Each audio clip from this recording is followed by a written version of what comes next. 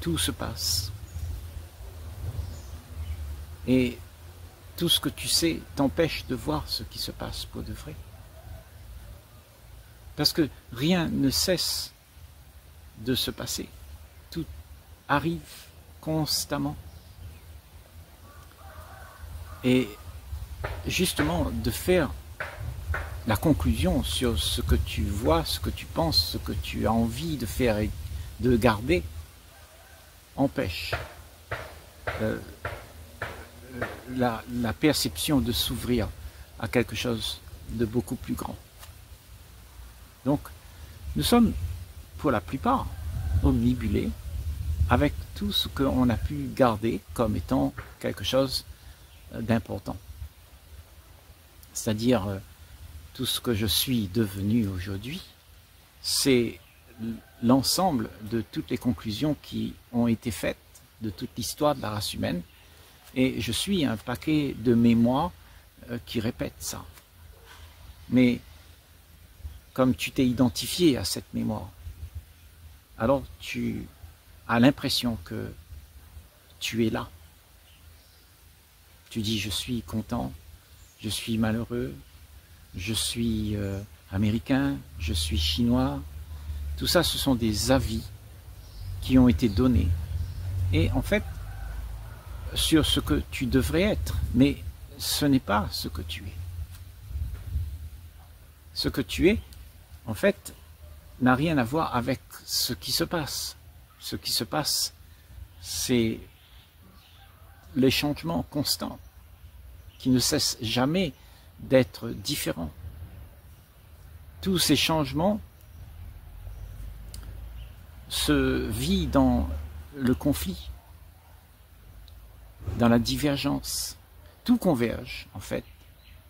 Et comme ce sont des avis qui sont tirés de ce que le passé propose, les avis sont en dualité les unes avec les autres.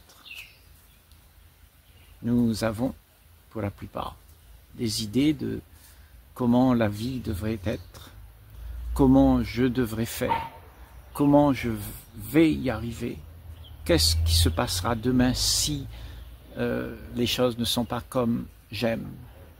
Je suis toujours en quête de sécurité. Et cette sécurité, ce sont les conclusions que tu te donnes d'avoir sur ce que la vie elle est. Et tu oublies, en fait, comme on disait, d'être présent pour voir ce qui se joue. Et ce qui se joue, si tu ne vois pas, si tu ne prends pas conscience de ce qui se passe, alors ces choses vont évoluer et vont impacter ta vie. Inconsciemment, tu seras dans une embuscade de ce que tu n'as pas vu. Parce que toutes ces choses continuent à bouger. Et si tu ne les vois pas, elles vont continuer quand même à être là. Si tu ne les vois pas, c'est parce que tu as mis des choses dans l'inconscience. C'est-à-dire, on met des choses sous le tapis pour ne pas avoir à affronter cela. Mais la vie, si tu ne l'affrontes pas, si tu ne sais pas ce que c'est la vie, et que tu veux seulement le bien-être que tu peux avoir, donc tu vas fuir la réalité de ce qu'il y a. Et la réalité, bien sûr, elle ne concorde pas avec tes conclusions. Parce que tes conclusions, c'est figé dans le temps. Ça fait exister une réalité, une certaine réalité, qui va s'effondrer de toute façon, puisque la conclusion va être démontée par ce qui est neuf. Donc c'est pour ça qu'on est souvent en conflit avec les autres, parce que on a engrangé des conclusions, et bien sûr on croit que ce que je sais c'est quelque chose de crucial, et qu'il faut que ça soit honoré, répété, pour que je ne sois pas déstabilisé avec ce que je vis. Donc mes conclusions deviennent très importantes. je les refourgue à quelqu'un qui veut bien se soumettre à cette conclusion. Et ceux qui se soumettent à cette conclusion, ce sont ceux qui sont formatés, conditionnés à croire que cette conclusion qui est venue d'ailleurs puisse être une chose collective à obéir. Et donc on passe notre temps à obéir à plein de conclusions qui ont été faites et qui arrivent là aujourd'hui que tu as hérité. Et ce que tu as hérité, ben, tu le fais vivre puisque ça se répète. Ce sont des choses qui se répètent. L'héritage, c'est tout ce que tu as gagné du passé, et le passé se répète puisque tu es toi identifié au temps, et le temps c'est quelque chose qui bouge. Ça vient le passé que tu as emmagasiné et tu l'emmènes puisque tu t'es identifié à ça. Et donc tu es là maintenant, le temps passe, ça a été, ça va passer, ça passe dans le présent, et puis en passant dans le présent, eh ben, tu conclus que le futur sera aussi la conclusion que j'ai maintenant. Donc tout est figé. Et quand on fige les choses comme ça, il y a des conflits, puisque ce sont des avis. Toutes conclusions sont des avis qui divergent les unes des autres. Et la plupart d'entre nous, on croit dur comme fer que j'ai raison.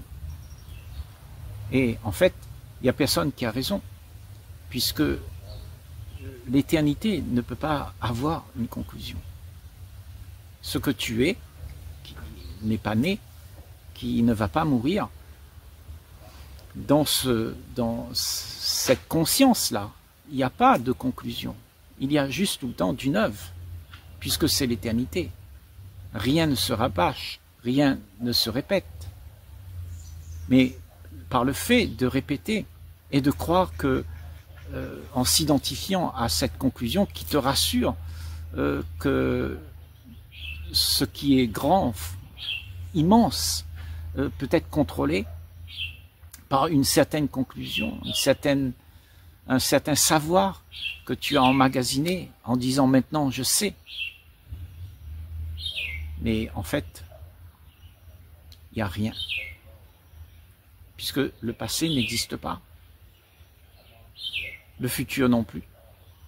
Il n'y a que ce qui se joue là maintenant, et ce qui se joue, c'est la vie. Et la vie ne conclut pas. La vie, c'est pas un but. La vie, c'est pas quelque chose que tu dois faire exister. Si tu dois faire exister la vie, ce sera une vie qui serait un fake de ce qu'il y a pour de vrai. La vie qu'il y a, c'est la seule chose qui existe, parce que elle existe là, tout de suite. Cette vie n'est pas investie de quelques mémoires, de quelques conclusions qui soient. Elle est libérée. Et elle est libre pour percevoir au-delà de toute conclusion. Au-delà. Je vais laisser pousser la moto.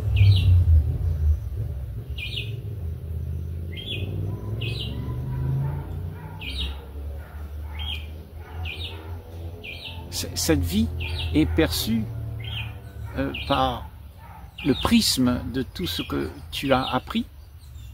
Et comme tu as appris comment c'était, alors tu t'es identifié à ce que c'était et tu crois que maintenant ça doit continuer pareil. Parce que dans ce que tu as appris, tu te confortes, tu es en sécurité avec ce que tu es devenu. Tu t'identifies, donc tu es devenu la conclusion. Et tu dis je sais. Mais tout ça, c'est un leurre, une illusion qu'on se donne pour pouvoir se réconforter de justement ne rien être, puisqu'il n'y a rien.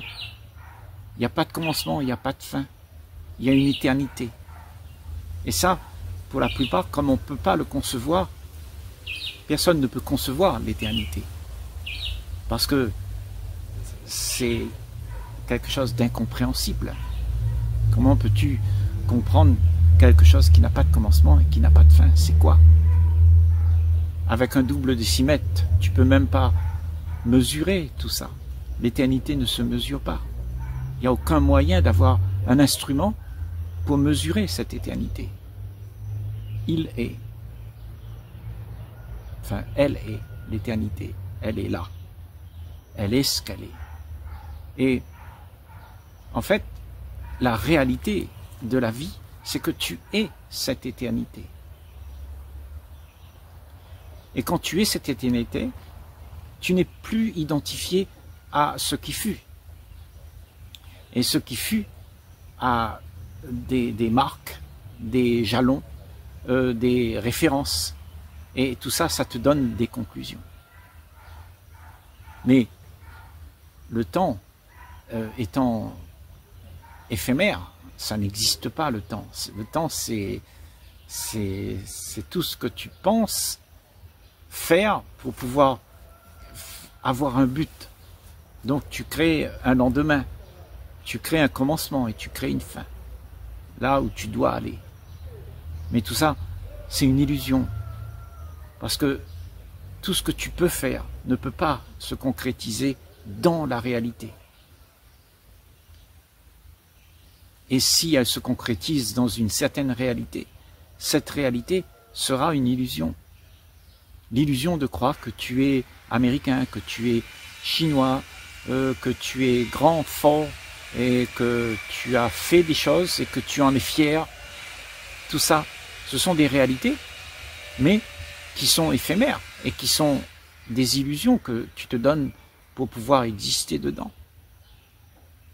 Mais tu ne peux pas exister là-dedans. C'est pour ça qu'on dit que le temps n'existe pas. C'est impossible de faire exister ce que tu ne peux pas être. C'est seulement ce que tu es qui est possible. Et ce que tu es n'a pas de commencement et n'a pas de fin. Donc, il y a là un esprit libéré de toutes les histoires que l'on se donne d'avoir pour pouvoir exister en tant que quelqu'un qui a amassé des conclusions. Donc, toutes conclusions sont créateurs de disputes, de rivalités, de dualités en soi, parce que toutes conclusions divergent les unes des autres. Chacun a son avis, et tout le monde campe sur ses positions, et tout le monde croit qu'il a raison, parce qu'on s'est identifié à des conclusions. On a comparé, et on a conclu que ça c'était bien, mais ça c'était pas bien. Et donc, aujourd'hui, dans nos sociétés, ce qui importe de savoir, c'est que, en fait, il y a quelque chose qui me soit agréable et je veux le garder. Et si c'est pas agréable, je le rejette. Je n'en veux pas et je fais tout pour le faire disparaître. L'acceptable, c'est bienvenu, mais le désagréable, l'inacceptable, je veux dire, eh bien tout ça c'est mis sous le tapis. Parce que la conclusion, elle constitue la comparaison. Et quand tu compares, tu sépares la réalité de ce qu'il y a, l'ensemble, tu casses l'ensemble pour prendre dans l'ensemble quelque chose qui te convient. Alors que tout cet ensemble, qui n'a pas de commencement, qui n'a pas de fin, ne peut pas être séparé. C'est un ensemble indissociable. C'est l'éternité. Mais la pensée que tu as et qui voudrait faire en sorte que une conclusion soit faite parce que tu as envie de te poser, de te croire en sécurité avec une conclusion. Donc, tu stagnes. Et en fait, c'est ça qu'on appelle le temps. C'est-à-dire que tu stagnes dans une sorte de répétition qui se répète tout le temps de la même manière. Les habitudes, les trains-trains, c'est ça qu'on fait naître quand on stagne. On stagne dans le marasme de ce que le temps propose, les couloirs du temps, le passé, le présent, le futur. Et tout ça, ça joue contre ce qui est vivant, c'est-à-dire ce qui n'a pas de commencement et qui n'a pas de fin. Et c'est ça, la réalité de ce que tu es. Tout ce mouvement auquel on s'identifie, c'est un leurre qui n'existe pas. C'est-à-dire moi qui suis gentil, moi qui suis méchant, tout ça c'est des histoires qu'on se raconte pour pouvoir exister dans ce monde. Mais en réalité, il n'y a pas ça. C'est juste un mouvement. Et dans ce mouvement, c'est la vie qui existe. Et la vie, justement, c'est ce que tu es en tant que sacré, en tant qu'authentique. Il n'y a que ça qui existe. Autrement, tout ce que tu peux te raconter être, c'est une baliverne. C'est une croyance que il y a quelque chose à faire valoir. C'est pour ça que les personnages se créent à ce moment-là pour se faire valoir. Et c'est comme ça que toute la rivalité dans le monde arrive, parce que il y a ces différences, et ces différences ne sont pas acceptées. Donc il y a un conflit entre deux conclusions, entre deux avis, entre deux êtres qui chacun prône sa position.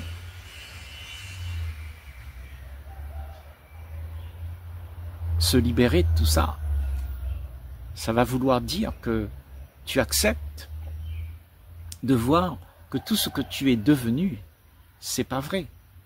Tu ne peux pas devenir quelqu'un, tu es déjà quelqu'un. Mais ce quelqu'un que tu es n'a pas de commencement ni de fin, et c'est pas quelque chose qui est dissocié du tout. Tu es tout en même temps. Si tu divises ce que tu es là, tu vas te retrouver être l'individu qui s'active pour se mettre en sécurité. Alors que l'individu, en réalité, il n'y a pas d'individu, il y a juste la vie. La vie qui anime l'individu, et cet individu investi de la vie exprime ce que le sacré est.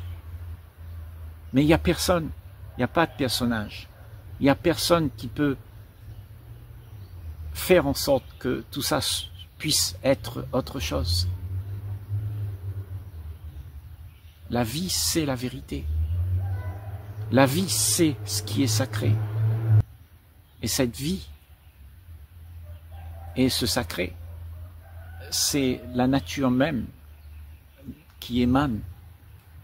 Et ça, c'est ce que tu es, mais pas ce que tu crois être. Ce que tu crois être, c'est toute une démarche ancestrale qui a donné une mémoire, des informations de comment les choses devraient se faire.